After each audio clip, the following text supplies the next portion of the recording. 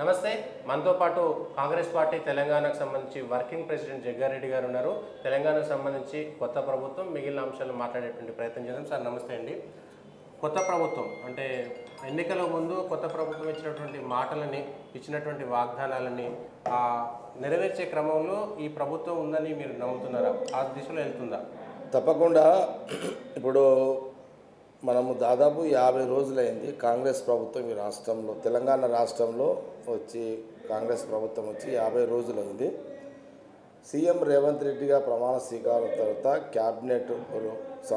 Cabinet కాగానే ఏదైతే ప్రధానంగా సోనియా గాంధీ గారు, ఆ రోజు రాహుల్ గాంధీ గారు ప్రధానంగా ప్రజలకు ఇమ్మీడియట్లీ మేము చేస్తాము అని ఏదైతే ప్రకటన మేనిఫెస్టో చెప్పడం జరిగిందో అందులో ముఖ్యమైనది ఒక మహిళలు ఉచిత ప్రయాణం ఆర్టీసీ మహిళలు తెలంగాణ రాష్ట్రంలో, తెలంగాణ ప్రాంతంలో మహిళలు తిరిగినా ఆర్టీసీ ఉచితంగా ప్రయాణం చేయిస్తామని అది స్టార్ట్ అయింది.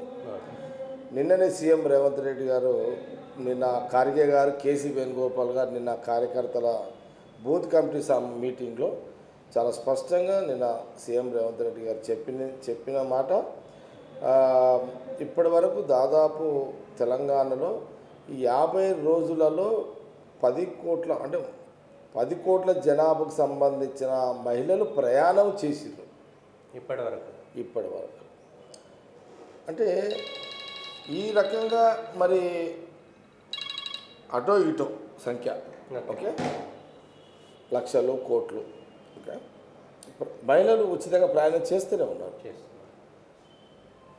దీనివల్ల చాలామంది మహిళలకు ఉచిత ప్రయాణం అనేది ఒక వాగ్దానం నెరవేరింది, స్టార్ట్ అయింది.